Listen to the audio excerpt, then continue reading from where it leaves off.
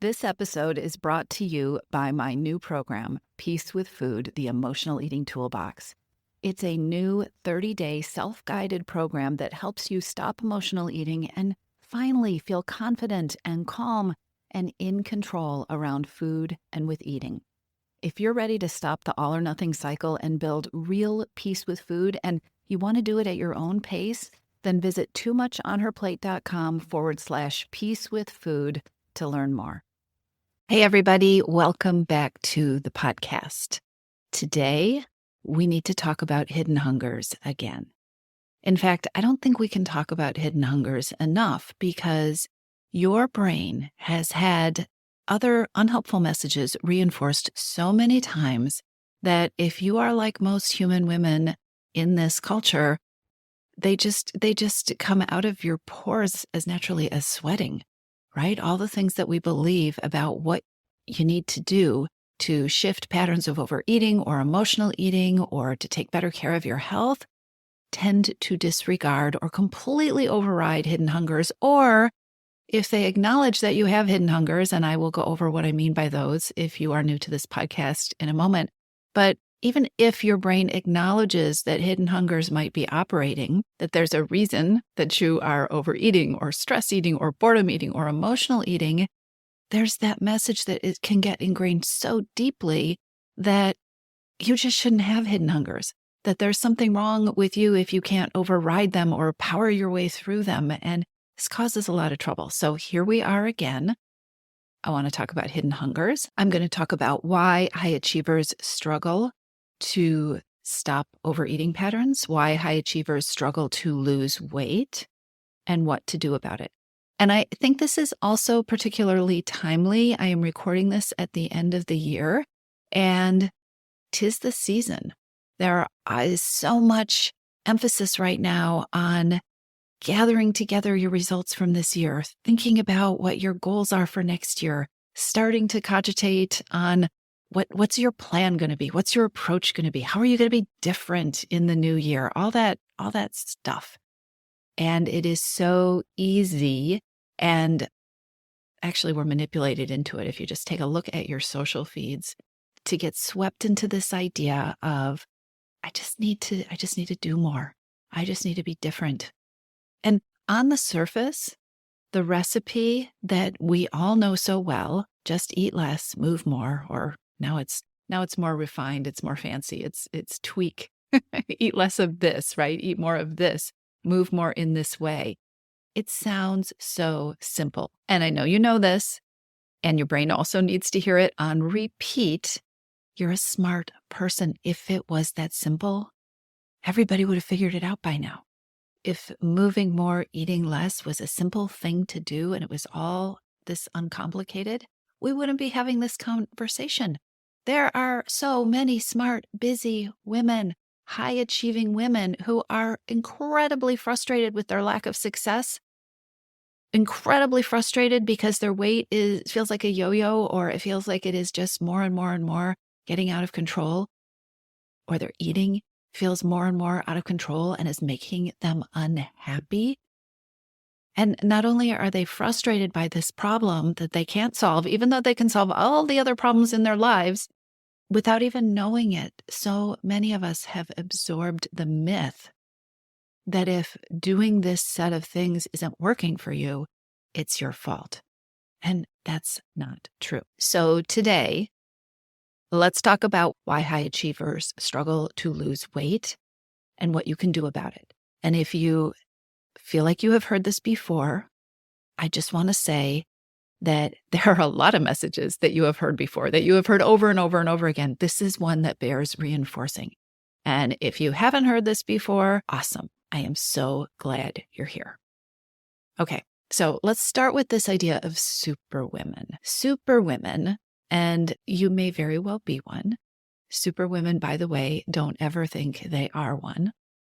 But superwomen often pride themselves on willpower, on discipline, on getting results. And they do this in all the areas of their lives. I'm one too, right? We can do these things. We can do amazing things. We can get things done. We can somehow it seems like be in 3 places at once and juggle everyone's schedule and make the impossible happen. And we're good at it. And we have willpower and we have discipline and we make things happen. And then there's overeating and there's weight. And somehow it feels like these are the only places where you can't be effective, no matter how determined you are or no matter how hard you work. And then here's what happens when things don't work out. If you're a high achiever, if you're somebody who's used to getting results, you're not used to things not working out. You're not used to not feeling successful. Frustration grows. You might feel guilty. You very well may feel some shame. That can get pretty high. Partly, all of this is fueled by this belief that it is also simple. It should be simple. Everyone else has it figured out. Okay, the problem is these things are lies. It really isn't that simple. Eat less, move more is not the complete equation.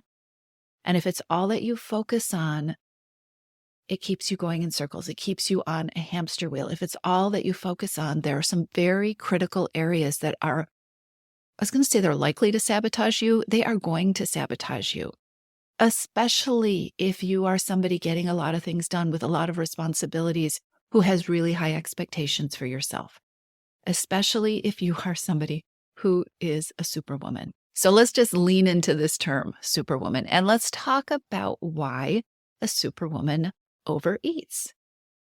And try on the idea that, yes, you very likely are a superwoman too.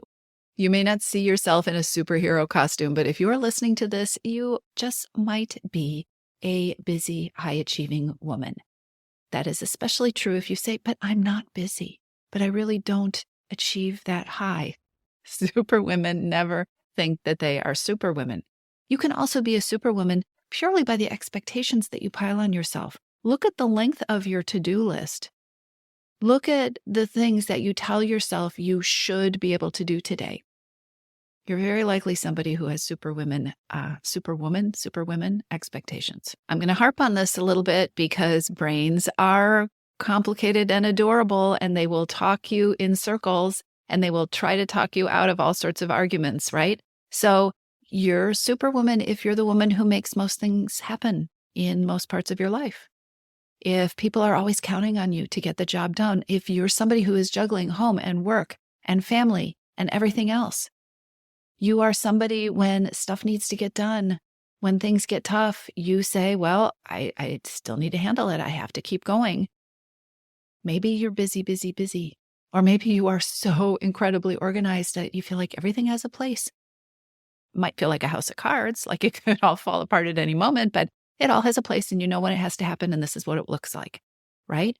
You are somebody who's accomplished pretty amazing things in many areas of your life. And the problem or the catch is that accomplishing all these things, being a high achiever, having all these responsibilities, being this capable, doesn't make shifting your overeating, changing your eating patterns, or stopping emotional eating, it doesn't make that any easier. This is what I need you to hear. It is quite likely that your life, your lifestyle, and your expectations are probably making changing your eating or losing the weight more complicated. They are probably making it more likely that you are going to binge and that you are going to overeat. It is very, very likely that an approach that is just eat less, move more, simply focus on the food, is not an appropriate strategy for you. In this time of year, when lots of people are picking their next strategy, I want you to think about why what you have tried hasn't worked for you. What are the pieces, the very real pieces of your life that it hasn't addressed? Because that eat less, move more strategy and that whole family of strategies that are related to that, they ignore the reasons that high-achieving superwomen overeat. There is this essential piece of the puzzle, and without it, even a superwoman, but actually especially a superwoman who's like, let's just go in there, let's get it done, let's make things happen. You are almost guaranteed to fail without this piece.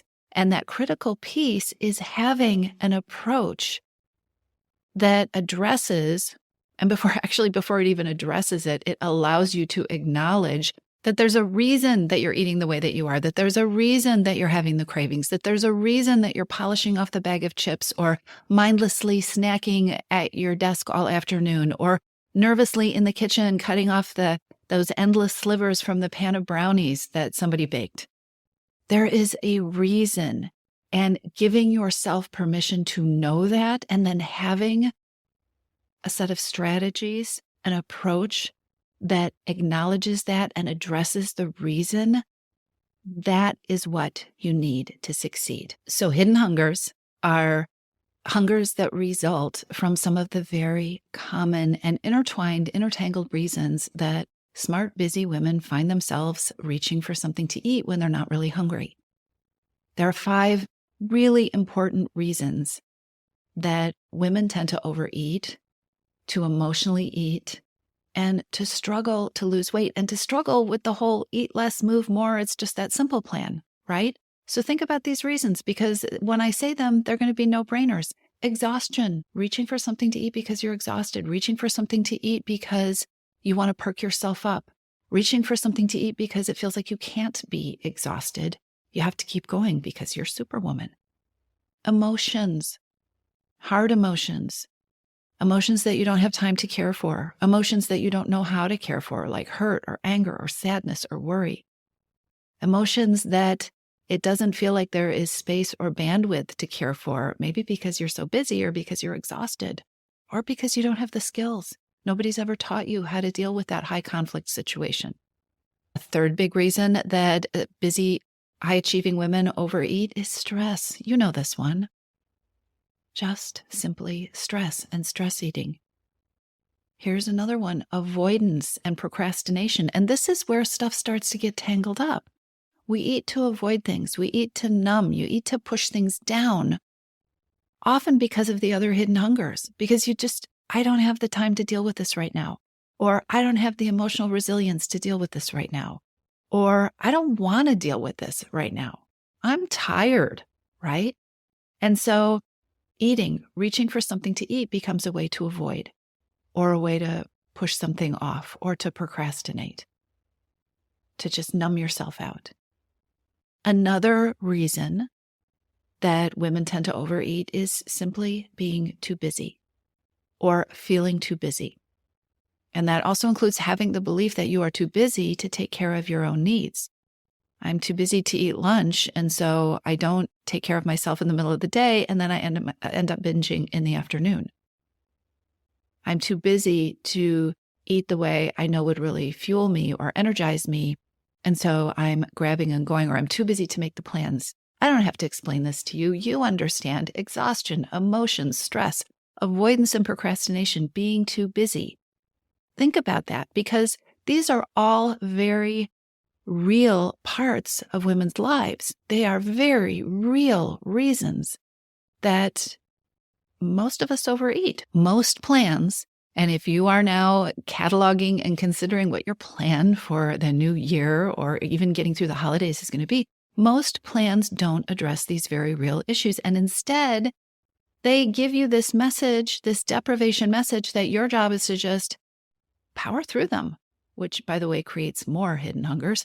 Just power through these reasons that you're overeating. Just push through, have more discipline, have more willpower. Just stay on your plan, right?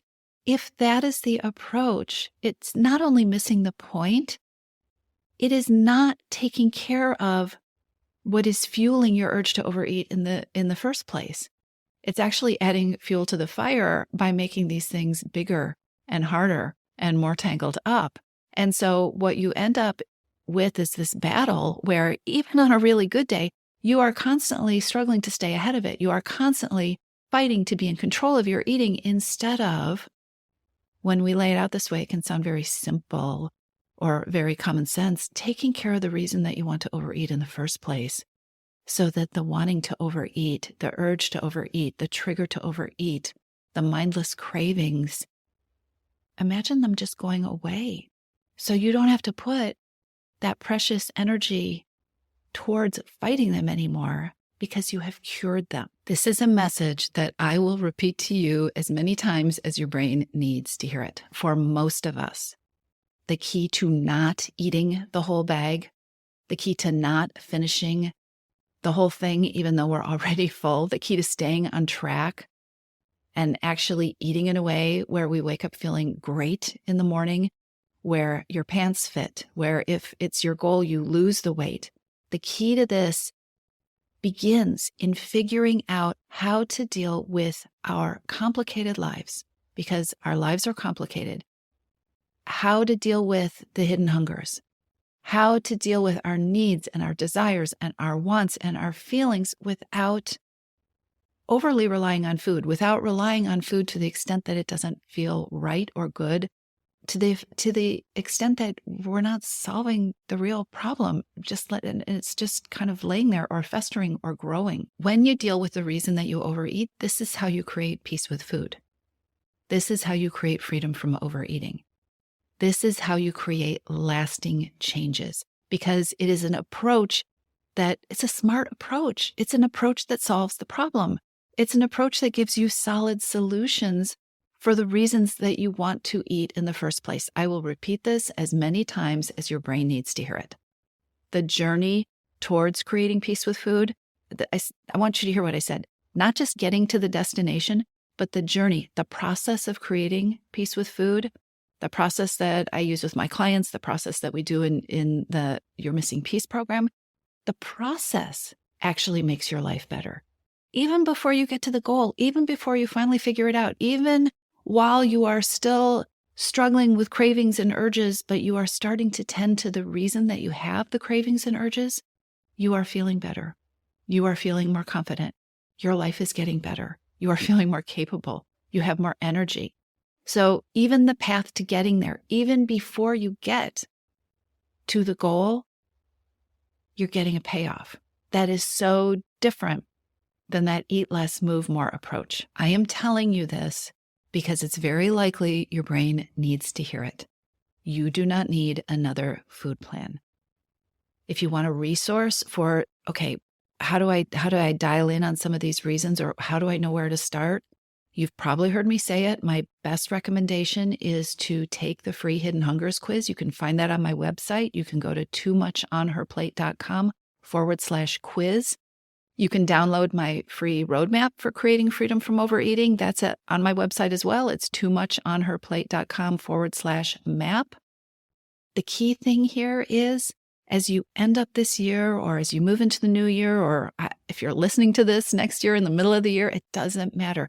The key thing is to look up from that conditioning that's got you focused on a literal hamster wheel, playing with your eating, pushing yourself, blaming yourself when it doesn't work. And then when it doesn't work, jumping in there again and saying, well, this time I just need to start working harder. I just need to start and have more discipline. Stop starting over.